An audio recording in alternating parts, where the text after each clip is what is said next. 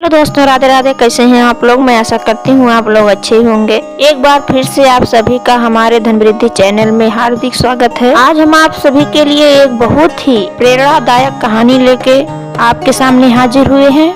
प्रिय दर्शकों, अगर आप अपने जीवन में रोज कुछ नया सीखना चाहते हैं तो हमारे धनवृद्धि चैनल को सब्सक्राइब जरूर कर लें। ये दर्शकों, गाय माता ने बताया है कि आखिर मनुष्य गरीब क्यों रहता है। आज इस कहानी में गाय माता ने मनुष्य को गरीब होने के कारण बताए गए हैं। आज के समय में यही कारण वास्तव में युग में चल रहा है। तो आज की यह कहानी ही ज्ञानवर्धक और बड़ी ही प्रेरणादायक है। इसलिए आप सभी दर्शकों से यह गुजारिश है कि कहानी को पूरा जरूर सुने। आज की यह कहानी सुनने के बाद भी मनुष्य कभी गरीब नहीं रहेगा। इन दर्शकों, सबसे पहले आप सभी को यह कहानी पूरा जरूर सुनना चाहिए। दर्शकों, कहा जाता है कि गाय माता को मनुष्य के कल्याण के लिए माना जाता है। इसको कहा जाता है जब देवता और असुरों के बीच में इंद्र मंथन किया गया था, समय कई रत्न उत्पन्न हुए थे। इन रत्नों में से एक रत्न गाय माता भी बताई जाती हैं। दर्शकों, कहा जाता है कि माता को 33 कोटि देवी देवताओं का आशीर्वाद प्राप्त है और यह माना गया है कि समुद्र मंथन के समय उत्पन्न गाय माता को कल्याण के लिए कलयुग में भेजा गया है। इसी प्रकार आज की इस कहानी में गाय माता ने इन बातें बताई हैं। वास्तव में यह 3 बातें मनुष्य के कल्याण के लिए बताई गई हैं। ये आज की इस कहानी में गाय माता के द्वारा बताए गए इन 3 बातों को आप सभी दर्शक इस कहानी को पूरा जरूर सुनिएगा। तो दर्शकों, आज की यह कहानी गाय माता से जुड़ी कहानी है। अगर हो सके दर्शकों तो यह कहानी अपने मित्रों को जरूर शेयर कीजिएगा और बेल आइकन आप जरूर दबाएं। कमेंट बॉक्स में जय माँ लक्ष्मी जरूर लिखें। ये दर्शकों, आज की यह कहानी शुरू करते हैं। प्राचीन समय की बात है। एक छोटे से नगर में एक किसान अपनी पत्नी के साथ रहा करता था। उनकी घर की स्थिति बहुत खराब थी, बहुत गरीब था। प्रिय दर्शकों, की पत्नी को एक नवजात शिशु की प्राप्ति हुई थी, पुत्र की प्राप्ति हुई थी। जिस समय किसान को पुत्र की प्राप्ति होती है, वह किसान बहुत ही प्रसन्न होता है, बहुत ही ज्यादा खुश होता है। घर में प्राप्ति होने से खुशहाली आ जाती है। परंतु दर्शकों, किसान का छोटा सा नवजात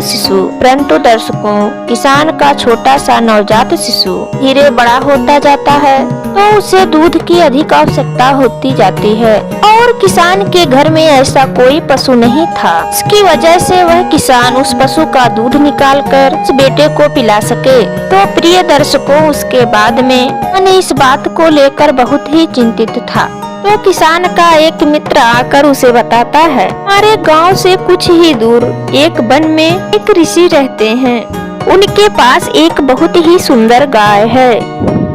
अगर आप उस गाय को साधु से मांग कर ले आते हैं तो आप अपने पुत्र को दूध पिला सकते हैं। किसान का मित्र उस किसान से कहता है। तो किसान दूसरे ही दिन सुबह में अपने घर नगर से मीलों दूर जाने लगता है और चलते चलते उसे शाम हो जाती है, मगर वह किसान उस ऋषि के पास जाकर पहुंच जाता है, वन में पहुंच जाता है। ऋषि मुनि के पास जाकर इससे पहले उन्हें प्रणाम करता है।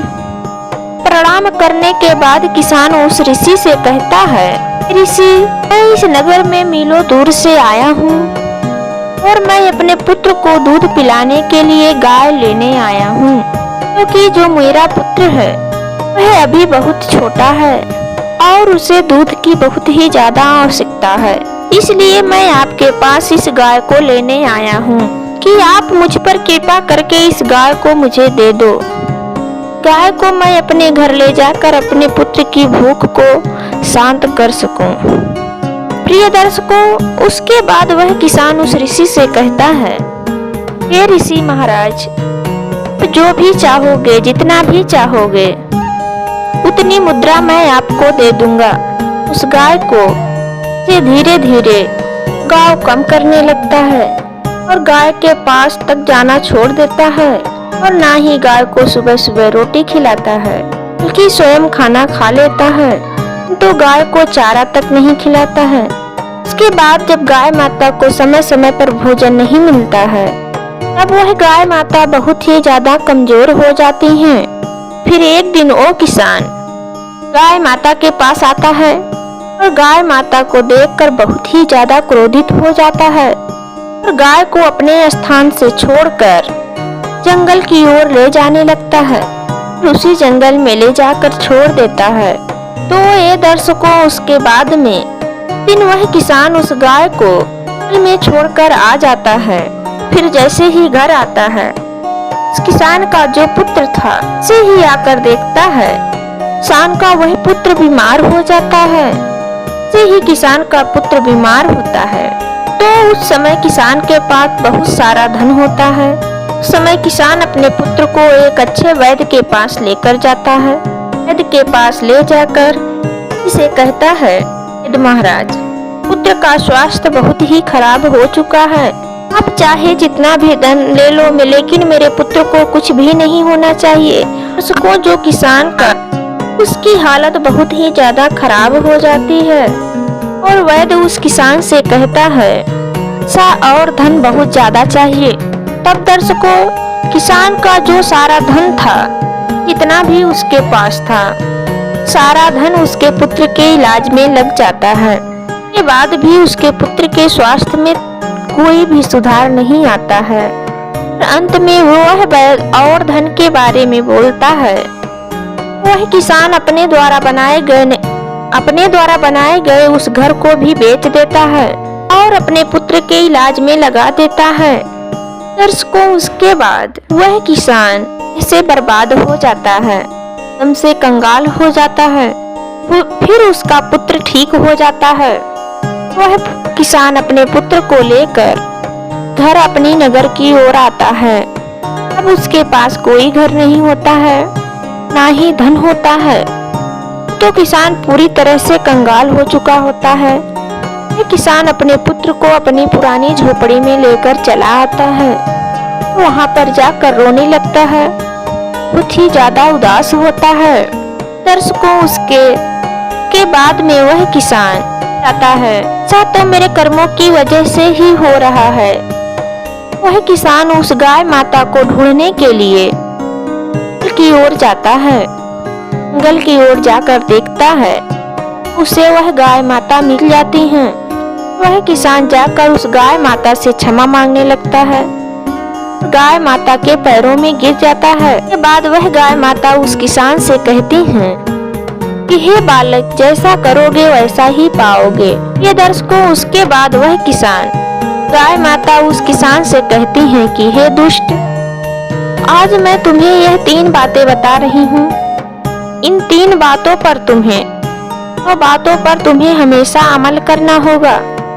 के बाद में वह गाय माता उस किसान को 3 बातें बताने लगती हैं और कहती हैं, हे किसान, पहली बात, कभी भी किसी भी मनुष्य को अपने मित्र के साथ छल नहीं करना चाहिए, क्योंकि जो मनुष्य अपने मित्र के साथ छल करता है या फिर किसी अन्य व्यक्ति के साथ छल करता है, व्यक्ति अपने जीवन में कभी भी सुखी नहीं रहता है। दूसरी बात है दर्शकों, हमें हमेशा अपने धन पर, अपने समय पर और अपने मन पर इच्छाओं को हावी भी नहीं होना देना चाहिए। अपनी इच्छाओं को हावी भी नहीं होने देना चाहिए। मनुष्य अपने समय, अपने धन और अपने आप पर गर्व करता है। मनुष्य जीवन में कभी ना कभी, कहीं ना कहीं ठोकर अवश्य ही खाता है। दर्शकों, हर मनुष्य का समय एक जैसा नहीं होता है। ये दर्शकों, समय को बदलते देर नहीं लगता। ये मनुष्य को अपने समय, अपने धन, अपने मन पर गर्व नहीं करना चाहिए। उसके बाद गाय माता तीसरी बात बताने लगती हैं कि भी व्यक्ति को अपने घर के मामलों में किसी बाहर वाले की राय नहीं लेनी चाहिए। कि प्रिय दर्शकों, कहा जाता है कि अगर हमारे घर में लड़ाई झगड़ा हो, घर के बाहर वाले हमेशा आपके घर को बिगाड़ने का ही काम करेंगे। इसीलिए दर्शकों, अपने घर के विषय में किसी अन्य लोगों से राय नहीं लेनी चाहिए। इसी के साथ दर्शकों, आज का यह वीडियो समाप्त होता है। अगर वीडियो पसंद आई हो तो लाइक करें, कमेंट करें, शेयर करें और हमारे धन वृद्धि चैनल को सब्सक्राइब अवश्य करें।